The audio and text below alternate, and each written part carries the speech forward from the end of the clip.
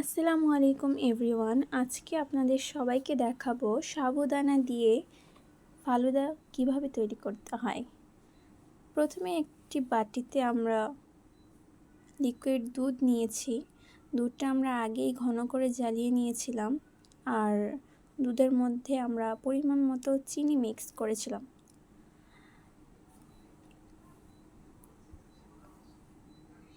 এরপর এর মধ্যে সাবুদানাটা দিয়ে দিচ্ছি। সাবুদানাটা আমরা পানি দিয়ে জাল করে নিয়েছিলাম, ঠিক এরকম কালার এসেছিল। সাবুদানাকে ভালোভাবে মিক্স করতে হবে। মিক্স করার পর আপনি দেখতেই পাচ্ছেন এরকম আঠালো টাইপের হবে। যখন মিক্স করা হয়ে যাবে, এরপর একে একে করে আমরা ফলগুলো দিয়ে দেব। আমরা আজকে ফালুদা তৈরিতে নিয়েছি কলা, আনার, আঙ্গুর, আপেল, নাশপাতি। আপনারা আপনাদের পছন্দ অনুযায়ী যে কোনো ফল দিয়ে তৈরি করতে পারেন। প্রথমে দিয়ে দিচ্ছি আপেল কুচিগুলো।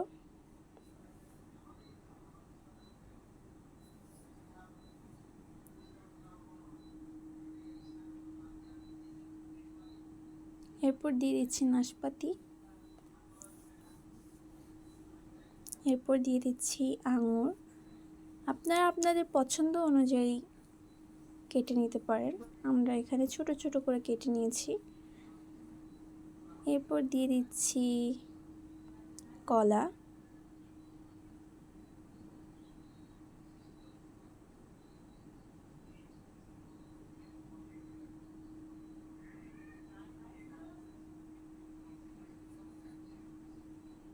এরপর দিয়ে দিচ্ছি সবচেয়ে সুন্দর একটি এবং মজাদার একটি ফল, আনার।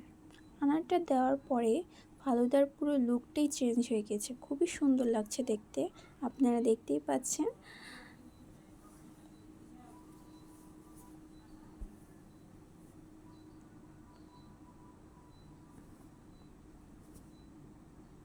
এখন সবগুলো ফল দিয়ে সাবুদানা দিয়ে ভালোভাবে মিক্স করে নিচ্ছি।